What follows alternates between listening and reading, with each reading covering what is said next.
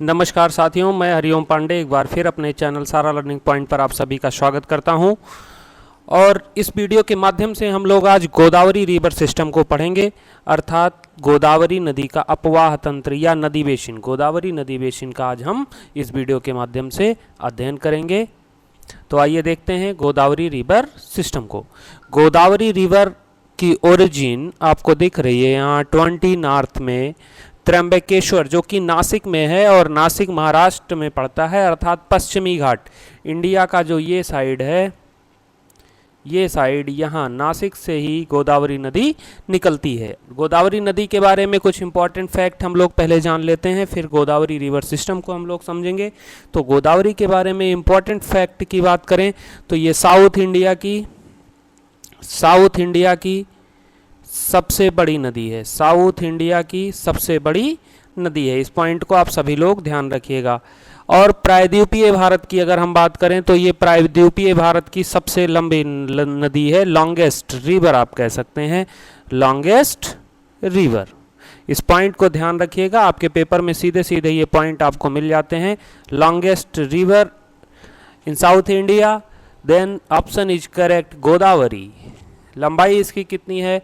1465 kilometre, ये इसकी length है गोदावरी रिवर की। अगर बात करें अपवाह तंत्र की या जल प्रवाह क्षेत्र की, तो गोदावरी रिवर का जल प्रवाह क्षेत्र है 313812 किलोमीटर स्क्वायर। इस पॉइंट को भी ध्यान रखिएगा, ये एरिया कवर्ड करती है गोदावरी रिवर।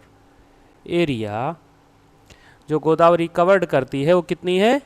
313812। इस भी पॉइंट को आप लोग ध्यान रखिएगा, बहुत ही इंपॉर्टेंट पॉइंट है। अगर हम इसको स्टेट में डिवाइड कर दें, अगर स्टेट की बात करें कि किस स्टेट में गोदावरी का कितना रीजन जाता है, तो स्टेट भी हम आप लोग देख लेते हैं। 44% जो है गोदावरी रिवर का वो महाराष्ट्र में यूज होता है। चूँकि महाराष्ट्र में ही नासिक है और नासिक के त्र्यंबकेश्वर पहाड़ियों से, जो कि पश्चिमी घाट के अंतर्गत आता है, से गोदावरी रिवर की ओरिजिन होती है, इसीलिए 44% गोदावरी का अपवाह तंत्र कहाँ है? महाराष्ट्र में। उसके बाद अगर बात करें कहाँ जाता है फिर गोदावरी रिवर, कहाँ? 23% वाटर का यूज या वाटर फ्लो आंध्रा में होता है, आंध्र प्रदेश में होता है। और 20% वाटर का यूज कहाँ होता है? एमपी में। अब पॉइंट ध्यान रखिएगा, अर्थात गोदावरी नदी कैसे चलती है? महाराष्ट्र से निकलती है, महाराष्ट्र से निकलकर आगे बढ़ते हुए एमपी, और एमपी के बाद आंध्रा होते हुए बंगाल की खाड़ी में मिल जाती है। ये हो गया इसका सिस्टम, फ्लो ऑफ सिस्टम। अभी हम आगे बात करेंगे, टोटल बात करेंगे गोदावरी रिवर की जो ट्रिब्यूटरीज हैं उनकी बात करेंगे, सारे फ्लोज की बात करेंगे। अभी आप ये ओवरव्यू लीजिए कि 313812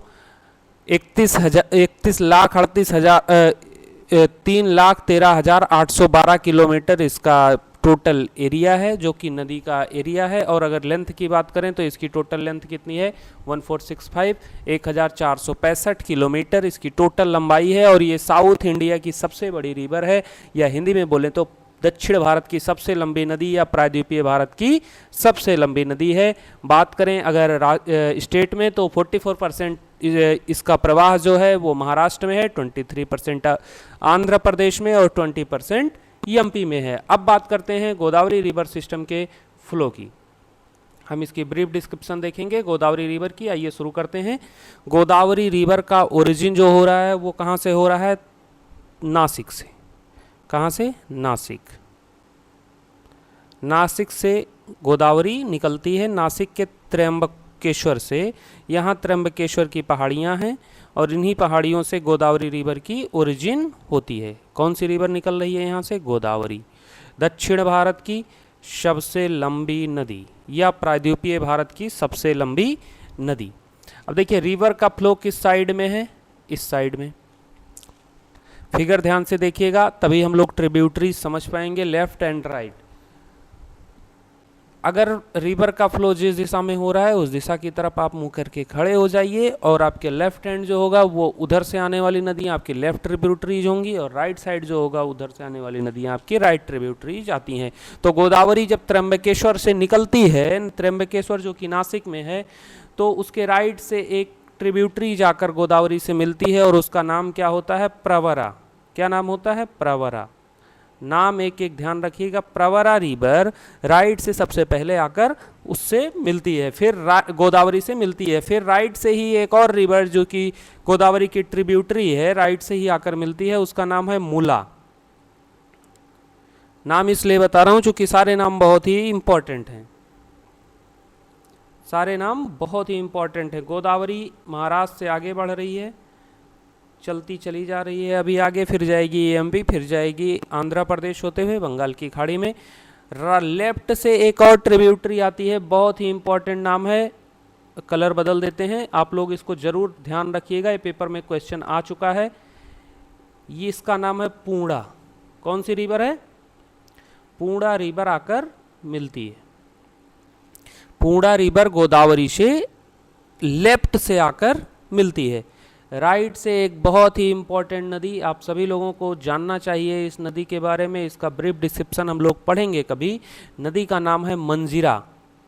मंजीरा राइट साइड से आकर मिलती है गोदावरी रिवर से। ये गोदावरी की एक बहुत ही महत्वपूर्ण ट्रिब्यूटरी है और इसी हैदराबाद के पास इसी रिवर और गोदावरी के संगम पर एक डैम बनाया गया है। उस डैम का क्या नाम है? निजाम सागर डैम। क्या नाम है? निजाम सागर डैम। इस पॉइंट को भी आप लोग ध्यान रखिएगा, पेपर में आपसे सीधे सीधे पूछ लिया जाता है। अब आते हैं इसकी सबसे मोस्ट इंपॉर्टेंट, इसकी जो ट्रिब्यूटरी है उसकी बात करते हैं। जो मोस्ट इंपॉर्टेंट ट्रिब्यूटरी है, गोदावरी आगे बढ़ रही है, मंजीरा के मिलने के बाद थोड़ा सा आगे जाने पर इस तरह एक रिवर आकर मिलती है जिसका क्या नाम है?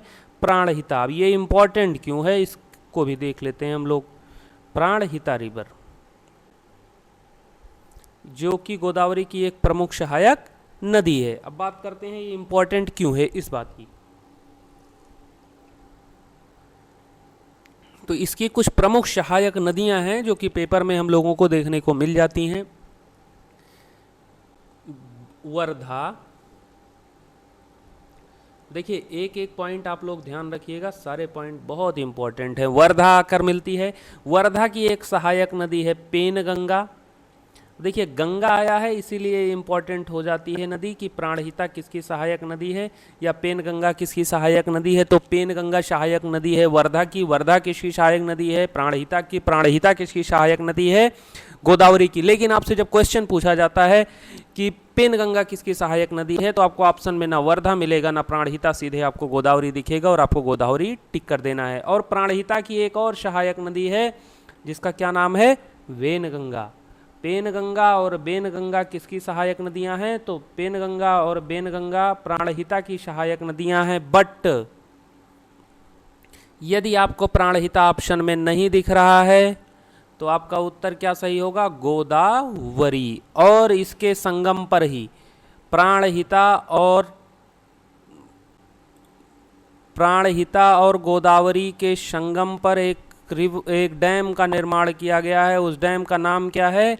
उस डैम का नाम है कालेश्वरम बांध। क्या नाम है? कालेश्वरम बांध। इस पॉइंट को भी आप लोग नोट डाउन कर लीजिए, कालेश्वरम बांध। और इसकी लोकेशन क्या है? तो लोकेशन इसकी है तेलंगाना। अब देखिए हमने कहा ना रिवर का फ्लो कहाँ से है? महाराष्ट्र, उसके बाद एमपी के बाद आंध्र प्रदेश। अब आंध्र प्रदेश से ही अलग होकर तेलंगाना बना है, इसीलिए आप लोग तेलंगाना ऐड कर लीजिए। तेलंगाना में प्राणहिता रिवर गोदावरी से मिलती है और वहीं पर कालेश्वरम बांध बनाया गया है। प्राणहिता की सहायक नदियां हैं पेनगंगा, वेनगंगा और वर्धा। आप सभी लोग इस पॉइंट को देख लिए होंगे, अच्छे से देख लिए होंगे। आगे बढ़ते हैं। गोदावरी आगे बढ़ते हुए जब और आगे बढ़ती है तो इसकी लेफ्ट तरफ से एक रिवर आकर मिलती है, इसका नाम है इंद्रावती। इस भी पॉइंट को आप लोग ध्यान रखिएगा। इंद्रावती रिवर बहुत ही इंपॉर्टेंट रिवर है। इंद्रावती इससे आकर मिल जाती है और आगे बढ़ने पर शबरी रिवर इससे आकर मिलती है। ये इतनी कुछ इसकी प्रमुख ट्रिब्यूटरीज थी जो आप लोगों ने देखी। इसके बाद अब यहाँ से इंपॉर्टेंट फैक्ट आपके लिए शुरू हो जाता है। ये जहाँ लास्ट में जाकर बे ऑफ बंगाल में गिरती है, यहाँ पर ये एक चापाकार डेल्टा का निर्माण करती है। कौन से? अब ये सारे पॉइंट आपको इंपॉर्टेंट, अभी आपको मजाक लग रहे हो या क्या लग रहे हो, पर ये ऐसे पॉइंट हैं जो कि आपको नोट डाउन करके रखना चाहिए और बार बार उसको रिपीट करके पढ़ना चाहिए। तो बीओबी अर्थात बे ऑफ बंगाल में जाने से पहले, ये बैंक ऑफ बड़ौदा नहीं है, बीओबी का मतलब बैंक ऑफ बड़ौदा नहीं, बे ऑफ बंगाल, ये बात समझ के रखिएगा। तो बीओबी में गिरने से पहले ये एक चापाकार डेल्टा का निर्माण करती है, अर्थात इस तरह का डेल्टा ये बनाती है। तो यहाँ पर ये पॉइंट इसलिए इंपॉर्टेंट हो जाता है क्योंकि पेपर में सीधे आता है कि दक्षिण भारत की कौन सी ऐसी नदी है जो चापाकार डेल्टा बनाती है। तो वो कौन सी नदी है? वो नदी है गोदावरी। चापाकार डेल्टा बनाते हुए बे ऑफ बंगाल में मिल जाती है। कौन सी जगह में? तो वो जगह है राजमुंदरी। राजमुंदरी, भाई जगह तो भी पता होनी चाहिए ना, कहाँ चापाकार डेल्टा बनता है। तो राजमुंदरी, आंध्र प्रदेश। इस भी पॉइंट को आप लोग ध्यान रखिएगा नॉलेज के लिए। अब बात करते हैं, हमने फ्लो देख लिया, एक बार रिवाइज करते हैं तुरंत जल्दी से। त्र्यंबकेश्वर से गोदावरी निकल रही है नासिक में, जो कि है पश्चिमी घाट के अंतर्गत आता है। त्र्यंबकेश्वर महाराष्ट्र में है और नासिक भी महाराष्ट्र में ही है। त्र्यंबकेश्वर की पहाड़ियों से गोदावरी निकलती है। गोदावरी जब आगे बढ़ती है तो इसके राइट साइड से एक नदी आकर मिलती है प्रवरा, उसके बाद दूसरी राइट साइड से नदी आकर मिलती है मूला, और उसके बाद लेफ्ट साइड से रिवर आकर मिलती है पूर्णा, जो कि बहुत ही महत्वपूर्ण रिवर है। और आगे बढ़ने पर गोदावरी के एक राइट साइड से एक रिवर आकर मिलती है जिसका नाम है मंजीरा, और यहीं पर एक डैम बनाया गया है। इस डैम का नाम है हैदराबाद में निजाम सागर बांध, और ये हैदराबाद में मंजीरा रिवर आकर मिलती है गोदावरी से, और इसी के संगम पर डैम बनाया गया है। गोदावरी के आगे बढ़ने पर उसके लेफ्ट साइड से एक रिवर आकर मिलती है प्राणहिता, जिसकी सहायक नदी है वेनगंगा, पेनगंगा और वर्धा। बहुत ही इंपॉर्टेंट है ये नाम, आप ध्यान रखिएगा। बेनगंगा, पेनगंगा, वर्धा प्राणहिता की सहायक नदियां हैं और प्राणहिता गोदावरी की सहायक नदी है। और इसके संगम पर कौन सा रिवर बनाया गया है? कालेश्वरम डैम बनाया गया। रिवर, इन रिवरों गोदावरी और प्राणहिता के संगम पर कौन सा डैम है? कालेश्वरम डैम है। हम लोग डैम की वीडियो किसी और में पढ़ेंगे, सारे डैम पढ़ेंगे, बट अभी आप इस तरह जानते हुए चलिए। अभी इसने आप सभी लोगों ने 2 डैम देखे। यहाँ पर कौन सा डैम है? निजाम सागर डैम। यहाँ पर कौन सा डैम है? कालेश्वरम डैम। गोदावरी आगे बढ़ती है, इंद्रावती नदी लेफ्ट से आकर मिलती है और उसके बाद सबरी मिलती है। यहाँ पर राजमुंदरी, आंध्र प्रदेश के पास राजमुंदरी नामक जगह पर चापाकार डेल्टा बनाते हुए गोदावरी नदी बे ऑफ बंगाल में मिल जाती है। अब इससे कुछ इंपॉर्टेंट फैक्ट हम आप लोगों को बता देते हैं, आप सभी लोग जान लीजिए, इंपॉर्टेंट चीज़ है। जो किन किन राज्यों में फ्लो है इसका, तो महाराष्ट्र में हो गया, तेलंगाना हो गया। अब देखिए एमपी यहाँ कट जाएगा क्योंकि इस नदी की बात हो रही है। अगर नदी तंत्र की बात करेंगे, अब देखिए पॉइंट फिर वही आया जो मैं पिछले अपनी वीडियो में बता चुका हूँ कि नदी तंत्र और नदी में इतना ही डिफरेंस है कि नदी यही है, मान लीजिए ये कोई नदी हो गई, ठीक है, इसका जो वही नदी है वही नदी है। अब इसमें जब हम जोड़ेंगे प्राणहिता को, जैसे ये हमने प्राणहिता को जोड़ दिया, इंद्रावती को जोड़ दिया, शबरी को जोड़ दिया, या फिर इधर हम आएंगे तो पूर्णा को जोड़ दिया, इधर आए मंजीरा को जोड़ दिया, तो ये टोटल जो स्ट्रक्चर हुआ ये नदी तंत्र हो गया। अब इस नदी तंत्र जो है ये एमपी में भी है, इसलिए 20% हमने ऊपर बताया, तो आप लोग कंफ्यूज मत होइएगा। इसलिए इस नदी का जो गोदावरी रिवर है उसका जो फ्लो है वो महाराष्ट्र हो गया, आपका तेलंगाना हो गया और आंध्र प्रदेश हो गया।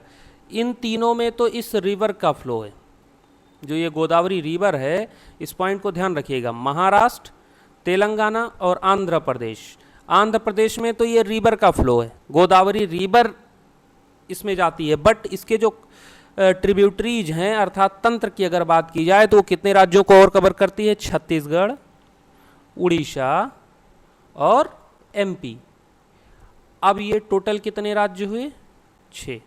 इतने में ये क्या बनाती है? अपना टोटल रिवर सिस्टम बनाती है, रिवर सिस्टम।